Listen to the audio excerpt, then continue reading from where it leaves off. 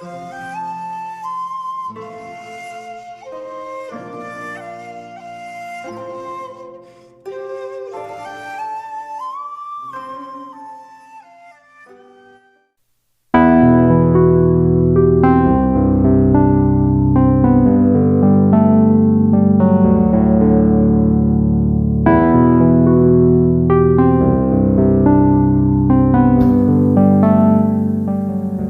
ini Sabtu ke-13 sejak kita tak pernah lagi berkumpul.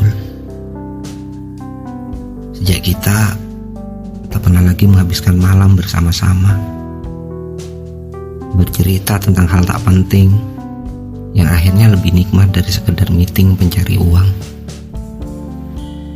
Aku keluar kawan, berharap ada sesuatu yang menyenangkan. Bertanya kabar ke setiap sudut kota yang biasanya ramai oleh suara musik tak beraturan, suara motor dan suara bingar penghuni jalan. Tapi kali ini berbeda.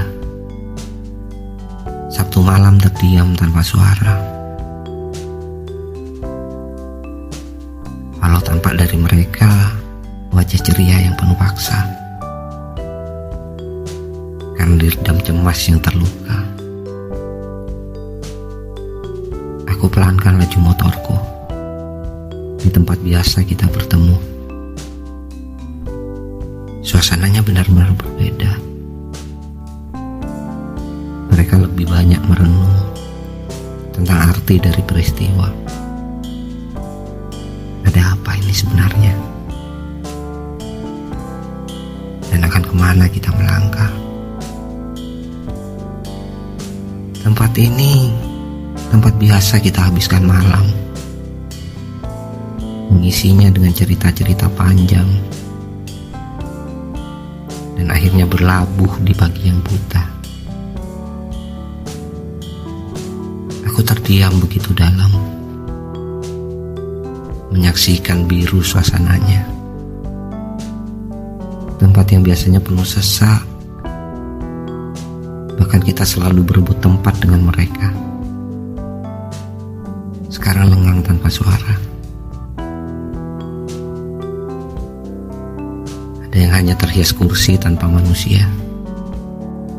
Bahkan ada pula yang tersisa tanah tanpa tenda. Aku benar-benar miris melihatnya. Kecemasan telah melanda kita semua. Sampai akhirnya kita dicengkram oleh sesuatu yang kita sendiri tak tahu itu apa.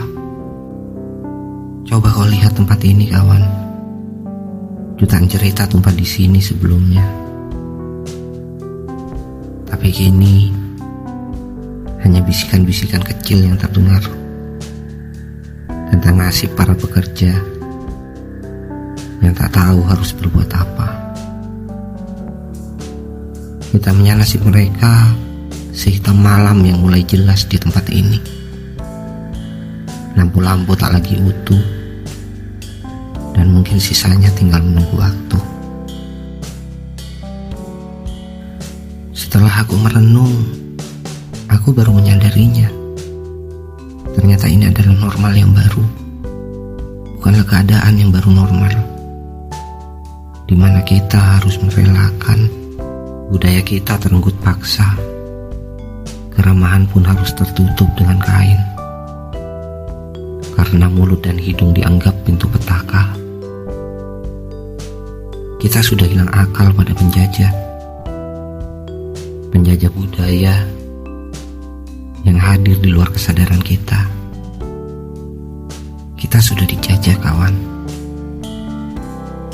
Walau kita tak pernah tahu siapa yang menjajah, tapi kita tahu keramahan kita telah dirampas, senyum kita telah ditutup rapat, dan yang paling menyesalkan, kebersamaan kita telah dipapas secara pengecut, diganti dengan rasa cemas dan rasa saling curiga pada sesama. Aku sudah rindu cerita kita di malam-malam waktu itu. Aku sudah rindu kita berkumpul tanpa curiga menyapa kita. Tapi sekarang rasanya sudah tak mungkin. Jangankan terhadapmu, terhadap diriku saja aku curiga, kawan. Aku takut menjadi pembawa petaka itu.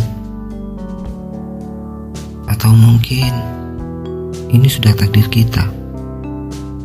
Hidup di masa rasa curiga jadi modal untuk merdeka.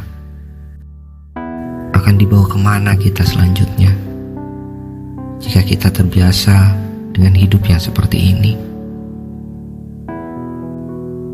Mungkin bisa saja aku tak mengikuti apa yang ada.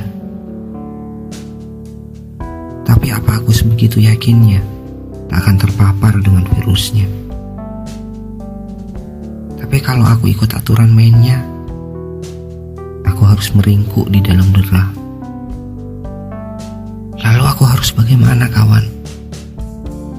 Kalau kau peduli dengan ini semua, aku tak menyalahkanmu.